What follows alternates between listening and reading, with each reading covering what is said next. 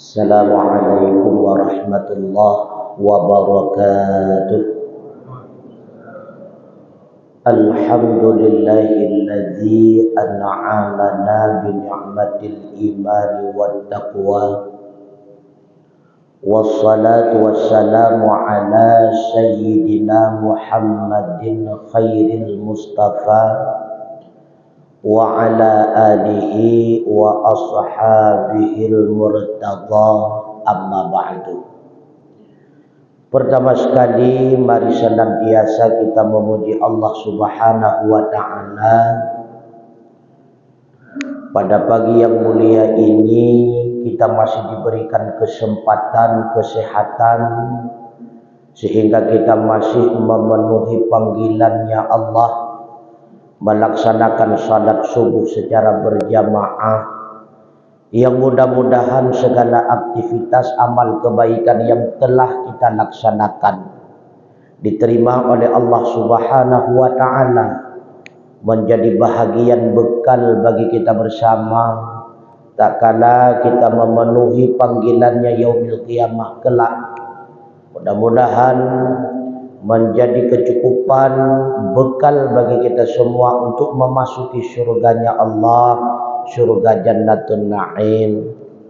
Rahmat dan salam semoga selalu Allah curahkan kepada baginda Sayyidina Muhammad sallallahu alaihi wasallam, kepada keluarganya, kerabat sahabat beliau sekalian, kepada tabi'ut tabi'in, ulama mutaqaddimin, ulama mutaakhirin, beserta para alim ulama yang muktabar.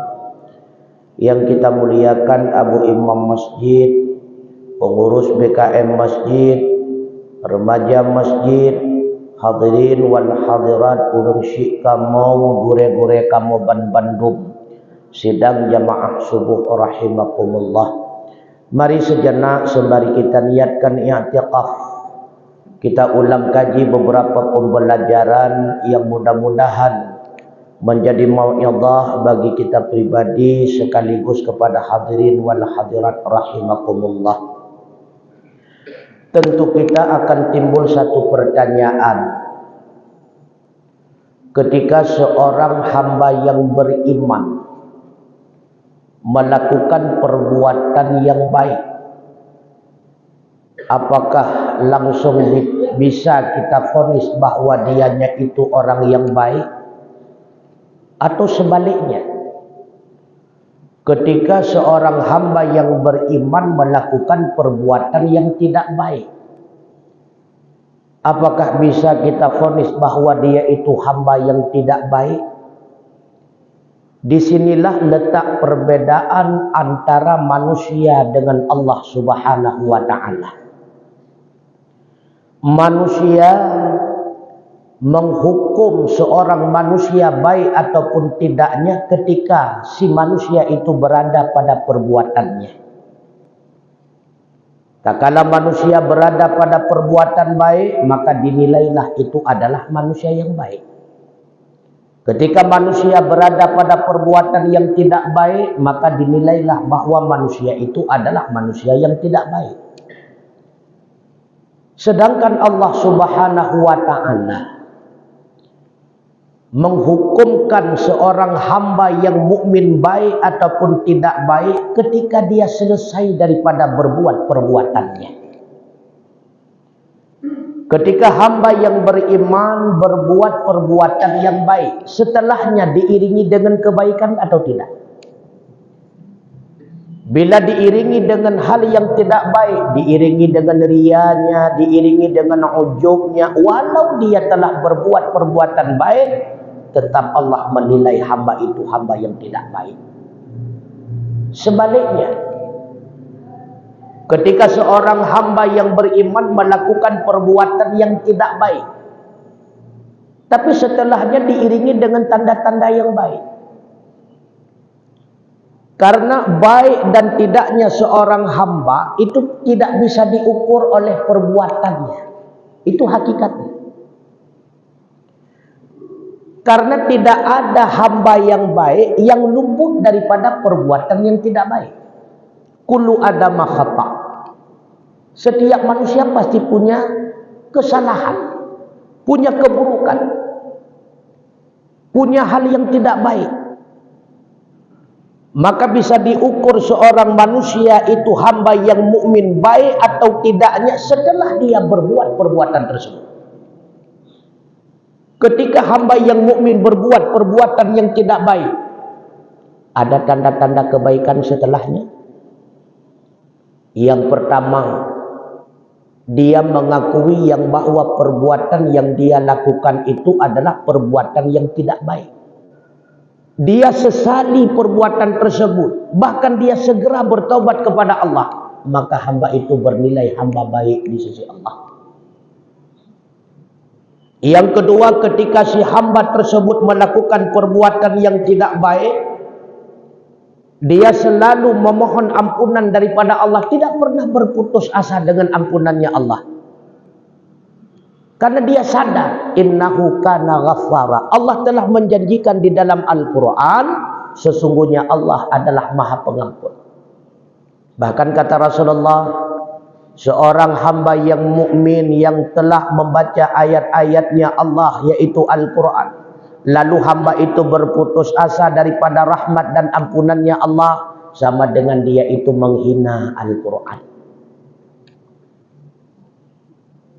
Dia berharap kepada ampunan Allah, ia hamba yang baik. Bahkan dia senantiasa benci kepada hal-hal yang tidak baik, sekalipun dia tidak mampu untuk menghindari daripada perbuatan yang tidak baik. Maka hamba itu hamba yang baik. Bahkan dia senantiasa berusaha untuk lebih baik, walaupun dianya itu terus jatuh di dalam perbuatan yang tidak baik, tetap dia itu bernilai hamba yang baik di hadapan Allah Subhanahu wa ta'ala. Maka sidang jamaah sekalian,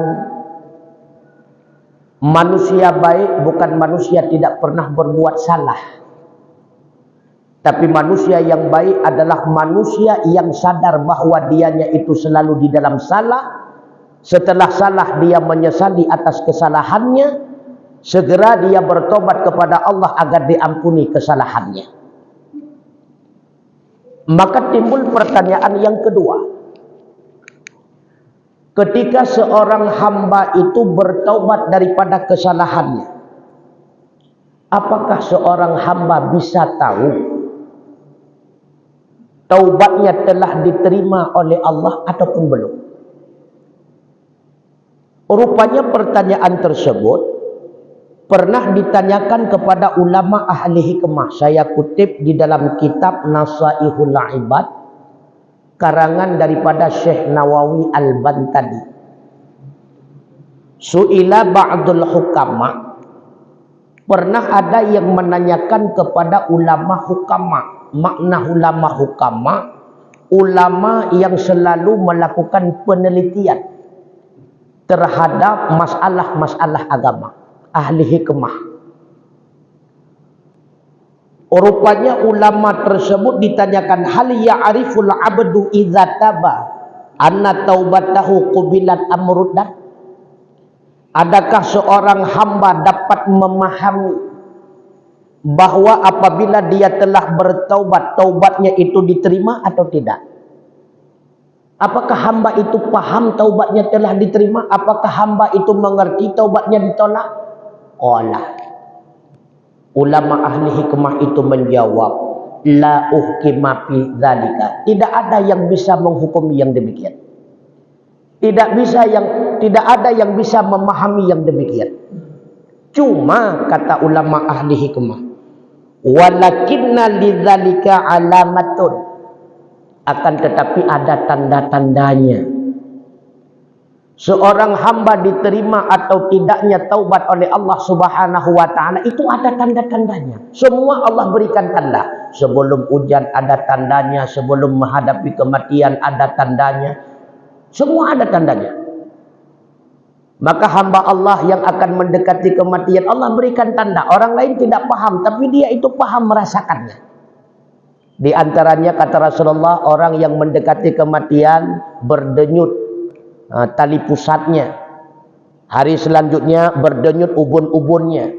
Hari selanjutnya berdenyut dahinya. Hari selanjutnya dia akan merasa dingin. Semua ada tanda-tandanya. Begitu pula seseorang yang telah melakukan taubat kepada Allah diterima atau tidak, itu pun ada tandanya. Apa tandanya? Yang pertama, seorang hamba itu telah diterima taubatnya oleh Allah Subhanahu wa taala, ayyara nafsahu ghaira ma'sumatin minal ma'siyah. Itu tanda pertama. Dia selalu sadar bahwa dirinya itu tidak maksum. Dirinya itu tidak luput daripada salah. Karena dia sadar yang demikian, maka dia tetap senantiasa siap sedia untuk terus bertaubat kepada Allah Subhanahu wa taala. Sekalipun satu maksiat yang dia lakukan, tetapi terus dia bertobat. Sama seperti kejadian Syekh Khamash. Apa yang terjadi kepada Syekh Khamash? Beliau pernah diziarahi oleh keluarganya. Kemudian beliau membeli satu ikan. Makan bersama dengan saudaranya. Lalu siap makan, beliau ambil segenggam tanah milik orang. Untuk beliau bersihkan tangannya. Kemudian beliau sadar, saya tidak memohon izin kepada pemiliknya. 40 tahun Khamash itu menangis karena menyesal atas perbuatannya. Sabuh regam tanah tunggu. Itanya pagi-pagi akan dalam pogok santai minta. Ya, negara Khamash menyesal. Satu kesalahan yang beliau lakukan, menyesal, takut, khawatir. Kenapa? Karena Rasulullah pernah mengingatkan, dosa dalam pandangan manusia bisa saja itu dianggap kecil, tetapi dalam pandangan Allah belum tentu, bisa saja itu dosa yang besar. Sebaliknya, dalam pandangan manusia itu adalah dosa yang besar, dalam pandangan Allah belum tentu, mungkin itu dosa kecil. Artinya apa? Besar kecilnya maksiat, besar kecilnya dosa, bukan pada taraf perbuatannya. Akan tetapi besar kecilnya dosa dikategorikan besar karena terus menerus dia melakukan dosa tanpa bertaubat kepada Allah. Dengan dosa tersebut terjerumus dia di dalam azab neraka. Kecil dikategorikan dosa sebesar apapun bentuknya, karena dosa tersebut diiringi dengan taubat, kemudian dosa itu dihapus oleh Allah Subhanahu wa taala. Kecil dalam pandangan Allah. Tanda yang kedua, seorang hamba itu telah diterima taubat oleh Allah, ayyara fi qalbihil farhu ba'idan minha wal hadzanu hadiran indaha. Merasa senang di dalam hatinya, ba'idan minha, ketika jauh daripada dosa. Wa hadzanu, dan merasa di dalam hatinya gundah, gelisah. Hadiran minha, ketika dia itu dekat dengan maksiat. Ketika dia melihat maksiat, gundah hatinya, gelisah hatinya. Hari ini saya tidak berbuat salah, bisa saja saya adalah orang yang menyaksikan orang lain yang berbuat salah. Apakah saya terhitung dalam orang yang berbuat salah? Ketika dia dekat dengan kesalahan, gundah hatinya, gelisah. Artinya apa? Dia tidak pernah senang terhadap perbuatan yang salah. Dia tidak pernah senang terhadap perbuatan maksiat. Itu pertanda hamba yang telah diterima taubat oleh Allah Subhanahu wa taala. Yang ketiga, yuqarribu ahlal khairi wa yuba'idu ahlal syarri. Dia selalu berusaha mendekatkan diri dengan ahli-ahli kebaikan, dengan ahli-ahli ibadah. Dia berusaha menjauhkan diri dengan ahli maksiat. Kenapa? Dikarenakan khaufan min wuqu'ihi fil maksiyah. Bukan karena menganggap orang lain remeh, bukan karena menganggap orang lain hina, tapi dia khawatir terhadap dirinya. Kalau seandainya saya berteman dengan ahli maksiat, bisa saya akan terjerumus kembali di dalam maksiat. Khawatir terhadap dirinya, karena dia sadar, saya ini hamba yang tidak luput daripada salah. Bisa saja dengan berteman dengan ahli maksiat, saya akan kembali terjerumus di dalam perbuatan yang salah. Itu hamba yang telah diterima taubat oleh Allah. Tanda selanjutnya, ayyaral qalilu minad dunya katsiran wa yaral katsiru minal a'malil akhirah qalilan. Dia senantiasa memandang kenikmatan dunia itu sedikit, kenikmatan dunia itu kecil, walau pada hakikatnya banyak, tapi dalam pandangannya kecil kenikmatan dunia ini. Karena pandangannya kecil kenikmatan dunia, maka yang dia ambil bahagian daripada dunia kadar kebutuhannya, tidak mengambil lebih. Ketika dia memandang perkara amalan akhirat, banyak perkara akhirat, banyak, tapi dia merasa sangat sedikit yang telah dia lakukan. Fayatulubu, maka dia terus berusaha untuk memperbanyak amal akhirat. Artinya apa? Lebih fokus tujuannya akhirat daripada dunia. Itu tanda hamba yang telah diterima taubat oleh Allah Subhanahu wa taala. Bukan artinya dia meninggalkan dunia 100%. Yang mungkin dengku. Getanya mentau-tau udip dalam dunia tiban cara tenek kebah dunia. Udip dalam dunia mentang perle ke dunia dengku. Akan tetapi apabila kita hidup di dunia memperturutkan keinginan hawa nafsu kita dalam mengelola senantiasa dunia, yo bahaya. Bahkan bahaya karena hilang sifat zuhud. Panjang angan-angan, terlalu berhayal, yo bahaya tu. Makanya buat program jangka pendek, jangka panjang sebenarnya bahaya. Panjang angan-angan, pun jangka panjang mu pendek dalam dunia. Bahaya tu ya. Maka manusia akan terpelihara daripada hal yang haram diawali dengan zuhud. Apa itu zuhud? Merasa cukup atas hasil yang kita peroleh dari setiap usaha kita. Merasa puas hati kita, batin kita atas apa yang telah kita peroleh. Itu zuhud. Tidak pernah kecewa, tidak pernah berputus asa, apalagi stres. Serba cukup.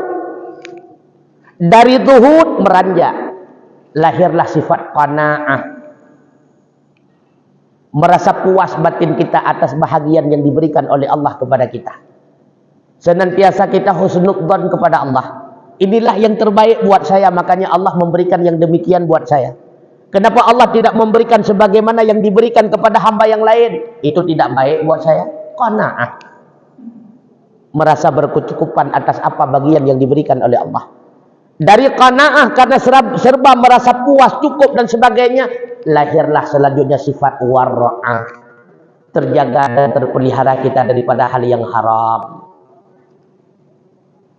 Manusia akan terjerumus kepada hal yang haram karena tulul amal, panjang angan-angan. Nyobu lagi nyobu lagi. Ketika tidak ditempuh jalan halal, yang ada cuma jalan haram, maka jalan haram pun akan dituju. Nyo dasar ni. Berat halia hai lewat, payah temen sogok biju. Nah, inilah karena tulul amal, panjang angan-angan. Maka zuhud. Orang yang zuhud, orang yang qanaah, orang yang wara'ah, itulah tanda hamba yang telah diterima taubat oleh Allah Subhanahu wa taala. Selanjutnya, tanda hamba yang telah diterima taubat oleh Allah Subhanahu wa taala, ayyara qalbuhu mustaghilan bima khaliyan amma kafallahu minhu. Dia senantiasa memandang oleh hatinya, sibuk dalam setiap apa yang diperintahkan oleh Allah, khalian, sunyi hati tersebut, amma kafalallahu minhu, daripada tanggungan Allah Subhanahu wa taala. Dia berbuat kebajikan bukan karena tujuan materi. Bukan.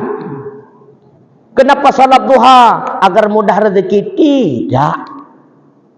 Tujuan saya salat duha hanya mendekatkan diri kepada Allah. Soal rezeki itu hak Allah. Wa ma min dabbatin fil ardi illa 'ala Allahi rizquha.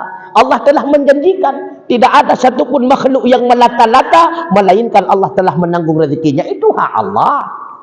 Jadi ibadat tujuan kan untuk cari rezeki kan. Hatinya tidak pernah tergores tujuan yang demikian. Kenapa anda berbuat kebajikan? Saya ingin takarrub kepada Allah. Itu tanda hamba yang telah diterima taubat oleh Allah Subhanahu wa taala. Kemudian ayyakuna hafizal lisan. Orang yang telah diterima taubat oleh Allah akan dijaga lisannya oleh Allah Ta'ala. Nyo yang paling bahaya. Apalagi nyo katoto pilkada. Berdegar-degar. Bahaya dan hati. Hafizul lisan. Bukan hal yang mudah. Lidah tak bertulang. Tak pernah kenal siapa tuannya. Ini cukup bahaya. Cukup bahaya lidahmu.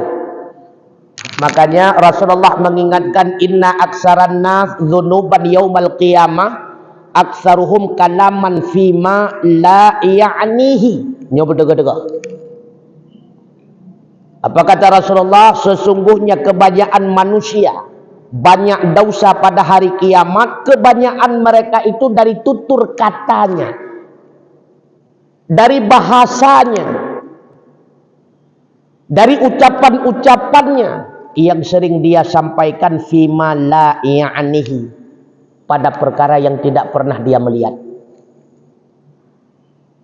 Ikut-ikutan pegah. Gop pegah A, ita nyopi A. Gop pegah B, ita nyopi B. Untuk tanuk pelemah bak gop. Lon kutu puwa kan hana kutu puwa. Ujung buat orang pegah tu yang hana puwa. Akhirnya putra inilai le gop sapu watang itu puwa. Ya ni kan. Dia berdegar-degar kalam tak berlidah.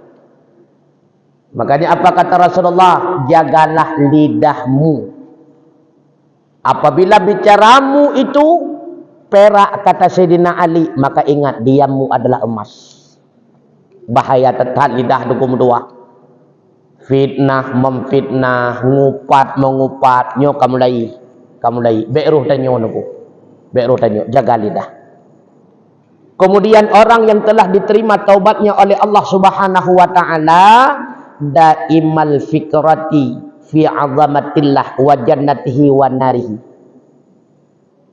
Dia itu akan selalu tafakkur, mengingat pada keagungannya Allah, yaitu terhadap nikmat surganya Allah, terhadap azab nerakanya Allah. Tertumpu pikirannya tafakkur kepada hal yang demikian. Rindu kepada surganya Allah, rindu berjumpa dengan Allah. Allah sang kekasihnya, sudah lama dia berbuat mengabdi kepadanya. Kapan ya Allah aku berjumpa denganmu sebagaimana engkau kekasihku ya Allah. Rindu kepada nikmatnya surga, takut dia terhadap azab neraka. Maka berbuat keburukan bukan karena diawasi oleh CCTV, bukan karena di depan manusia, bukan, tapi dia takut karena Allah Maha melihat. Dia takut karena malaikat Maha mencatat. Setiap waktu mencatat apa yang dia lakukan. Daimat tafakur. Berpikir. Nyom ya kucuk. Nyom manfaat tu masih dalam dunia. Tapi mudarat. Sampai di akhirat. Tafakur. Itu tanda hamba yang telah diterima taubat oleh Allah. Karena sabda Rasulullah. Tafakuru fi azamillah. Wa jannatihi wa narihi sa'atan khairun. Min qiyamil laylah. Mengingat, berfikir sesaat tentang keagungan Allah, tentang kenikmatan surga, tentang azabnya neraka, itu jauh lebih baik daripada semalam suntuk kita berbuat salat sunnah tanpa tafakkur, tanpa berpikir apa-apa. Kita berzikir kalimah la ilaha illallah tapi tidak meresap di dalam batinnya. Kita dirikan malam dengan salat tahajud sunnah yang lainnya tapi tidak meresap dengan jiwa kita. Lebih baik kita duduk sejenak, tafakkur kita, siapa saya? Untuk apa sebenarnya saya berada di dunia? Selanjutnya kemanakah diri saya? Diawali dengan barzakh saya raudhatan min riyadil jannah ka atau hufratan min hufarin niran. Kemudian saya akan menghadapi hisab, mampukah saya melewatinya? Kemudian saya akan melewati siratal mustaqim, mampukah saya lewat siratal mustaqim? Kemudian Allah akan mempersilahkan saya kepada surga ka atau neraka? Na'udzubillah. Tafakkur sejenak yang demikian jauh lebih baik daripada semalam suntuk kita dirikan dengan salat tahajud, zikir, baca Al-Quran dan sebagainya. Bahkan kata Rasulullah, orang yang telah diterima taubat oleh Allah Subhanahu wa taala lazimal ghammi wan nadama. Selalu dia akan merasa sedih terhadap usia yang telah berlalu, tidak bermanfaat, sia-sia dalam maksiat. Wan nadama, selalu menyesal, ya Allah, kiranya usia itu mampu saya kembalikan, ya Allah. Seolah-olah timbul daripada mulutnya, laita syababa ya'udu yauma, kiranya masa mudaku dapat kembali suatu hari. Rasa penyesalan. Itulah hamba yang telah diterima taubat oleh Allah Subhanahu wa taala. Makanya kata seorang ulama sufi bernama Syekh Yahya bin Mu'ad, beliau sering dijuluki dengan lautan kebaikan karena beliau adalah guru daripada para guru. Sering beliau itu menasihati seluruh guru-guru para ulama. Apa kata Syekh Yahya? Min a'zamil ightirari 'ala Allah indi, sebahagian termasuk kepada penipuan yang besar, artinya berbuat penipuan kepada Allah menurutku, kata beliau. Ada rencana ingin menipu Allah, tapi pada hakikatnya menipu diri sendiri. Karena yukhadi'una Allah walladzina amanu wama yakhda'una illa anfusahum wama yash'urun. Allah telah menjelaskan rencana mereka ingin menipu Allah, itulah perbuatan-perbuatan kaum munafikin. Nah, mereka ingin menipu Allah, ingin menipu orang yang beriman dengan menampakkan iman di hadapan manusia. Padahal wama yakhda'una illa anfusahum, tidak menipu Allah pada hakikatnya, tidak menipu hamba yang mukmin. Mereka itu menipu diri sendiri. Wama yash'urun, cuma mereka tidak sadar. Begitu pula kata Imam Yahya, termasuk tipuan yang besar yang pada hakikatnya orang itu sedang menipu dirinya sendiri.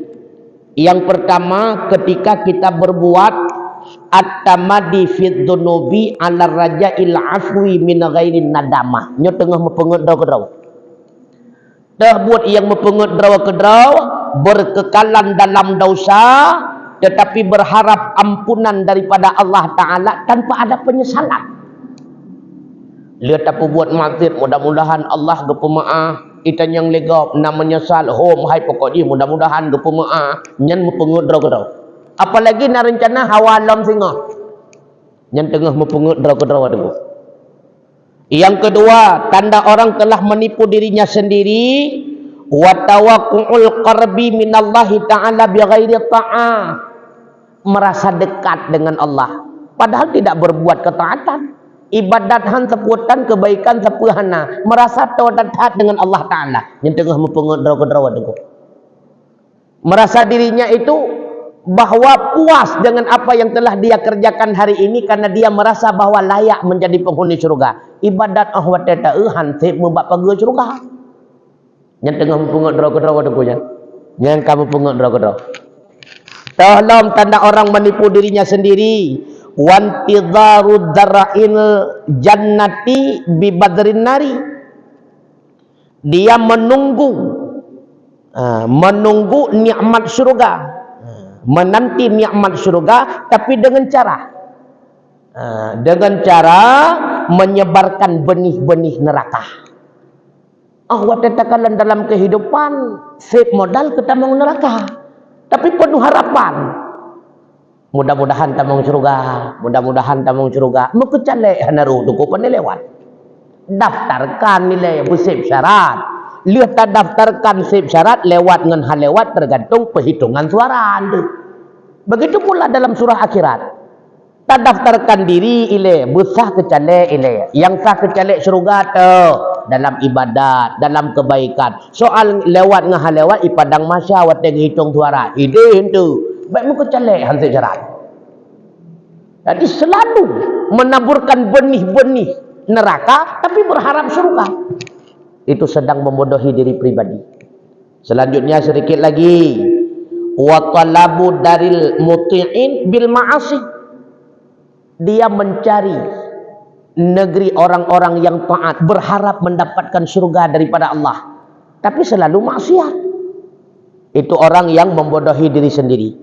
Begitu pula wantidharul jazaa' bighairil amal, mengharapkan balasan imbalan pahala tapi tidak berbuat kebaikan. Tolong wa tamanni 'ala Allah taala ma'al ifrat. Bercita-cita untuk mendapatkan rahmat daripada Allah, tapi dalam kehidupannya selalu dia itu melakukan perbuatan yang melampaui batas. Maka yang perlu kita ingat, Allah telah menjanjikan kepada kita. Apa janji Allah? Janji Allah tidak akan pernah berubah. Faman ya'mal mithqala dzarratin khairan yarah wa may ya'mal mithqala dzarratin syarran yarah. Baik kita perbuat hari ini walau sebesar darah, kelak Allah akan nampakkan kebaikan balasannya. Buruk kita lakukan hari ini walau sebesar darah, kelak pula Allah akan memberikan imbalannya. Kiranya Allah Subhanahu wa taala menerima semua amal ibadah kita. Allah jadikan kita menjadi hamba yang baik, selalu kita berbuat baik, kelak di akhirat Allah tempatkan kita pada tempat yang terbaik. Itulah surganya Allah, surga Jannatul Naim. Amin ya Allah. Amin ya rabbal alamin. Terima kasih atas segala perhatian. Mohon maaf atas segala kekurangan. Insyaallah pada waktu yang lain kita akan kembali bertegur sapa. Usikum wa nafsi bi taqwallah. Wassalamualaikum warahmatullahi wabarakatuh.